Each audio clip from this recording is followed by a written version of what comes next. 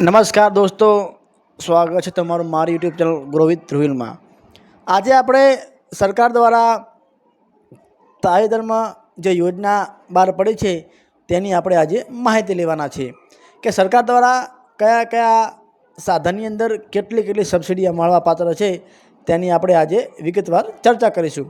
તો તમામે તમામ ભાઈઓ છેલ્લા સુધી બન્યા રહેજો અને વિડીયોમાં તમને સરકાર દ્વારા કયા સાધન અંદર કેટલી સબસિડી મળે છે જે તમને સંપૂર્ણ માહિતી મળશે। તો ચલો હવે જાણીએ કે સરકાર દ્વારા કયા કયા સાધન હેઠળ કેટલી સબસિડી મળવાપાત્ર થશે। જેમાં સૌપ્રથમ પહેલું સાધન છે ટ્રેક્ટર। હા મિત્રો, ટ્રેક્ટરની ખરીદી ઉપર તમને મળશે 40થી 50% સબસિડી, યાની કે 45થી 1 લાખ સુધીની તમને સબસિડી તમારા ખાતામાં ડીબીટી દ્વારા જમા થશે। હવે વાત કરીએ પીવીસી પાઇપલાઇન।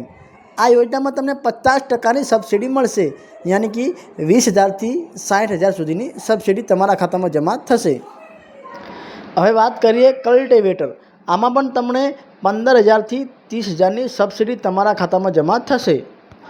આગળ વાત કરીએ તો પંપ સેટની અંદર તમને 50%ની સબસિડી જમા થશે।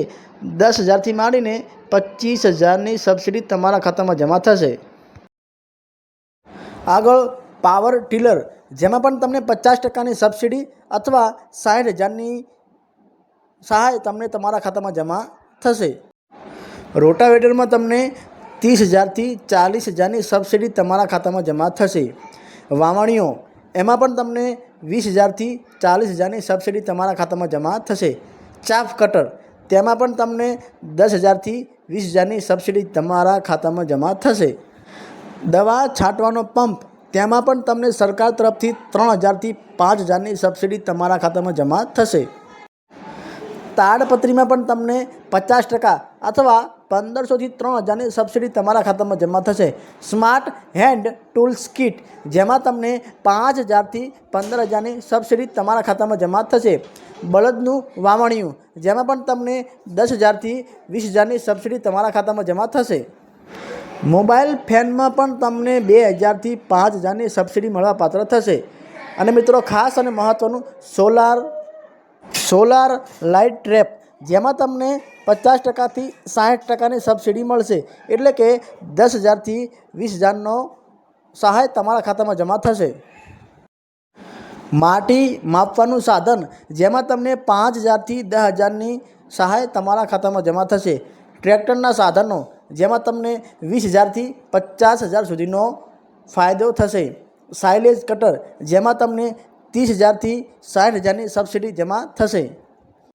પાક સંરક્ષણ સ્પ્રેયર, જેમાં તમને 5,000થી 20,000ની સબસિડી તમારા ખાતામાં જમા થશે।